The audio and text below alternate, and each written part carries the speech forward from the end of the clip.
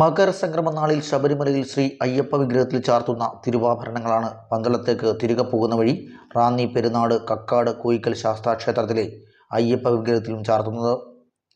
സ്ത്രീകളുടെ ശബരിമല എന്നറിയപ്പെടുന്ന ഇവിടെ അന്യ സംസ്ഥാനങ്ങളിൽ നിന്നുൾപ്പെടെ പതിനായിരങ്ങളാണ് എത്തുന്നത്. യുവതികൾക്ക് ശബരിമലയിൽ ദർശനത്തിന് വിലക്കുള്ളതിനാൽ സ്ത്രീകളുടെ വൻ തിരക്കാണ് ഇവിടെ അനുഭവപ്പെടുന്നത്. സ്വാമിയെ ശരണമയ്യപ്പ.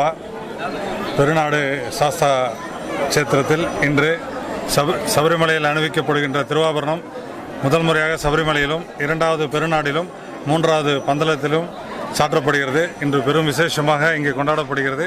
இது பெண்களின் சபரிமலையாக அனைவருக்கும் தெரிவிக்கப்பட்டு பல லட்சம் பக்தர்கள் இன்று வந்து திருவாபரண தரிசனம் கண்டு கழிக்கிறார்கள்.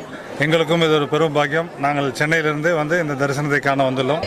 ശബരിമലയിൽ പോയി സ്ത്രീകൾക്ക് തിരുവാഭരണ ദർശനം കാണാൻ പറ്റാത്തത് കൊണ്ട് ഇവിടെ തിരുവാഭരണം ശബരിമലയിൽ ചാർത്തിയ തിരുവാഭരണം തന്നെ തിരിച്ചു വരുന്ന സമയത്ത് പെരുന്നാട് കക്കാട്ട് കോയിക്കൽ ശ്രീധർമ്മ ശാസ്താ ക്ഷേത്രത്തിൽ സ്ത്രീകൾക്ക് കാണുവാൻ വേണ്ടിയിട്ട് എല്ലാ വർഷവും ജനുവരി 21 തീയതി ഇവിടെ ചാർത്തും. അങ്ങനെ ദൂരെ ഉള്ള ദേശത്ത് നിന്നും ധാരാളം സ്ത്രീകൾ ഇവിടെ വന്ന് അയ്യപ്പനെ കണ്ട് ഈ തിരുവാഭരണം കണ്ട് ദർശന സായുജ്യം അടഞ്ഞ് പോകുന്ന.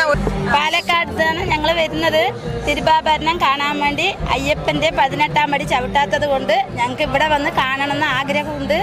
അതുകൊണ്ടാണ് ഞങ്ങൾ ഇവിടെ വന്ന് എല്ലാവരും ഇവിടെ വന്ന് 2 ദിവസം താമസിച്ചിട്ട് ഞങ്ങൾ ഇവിടെ ദർശനം കാണാൻ വേണ്ടി വന്നതാണ്.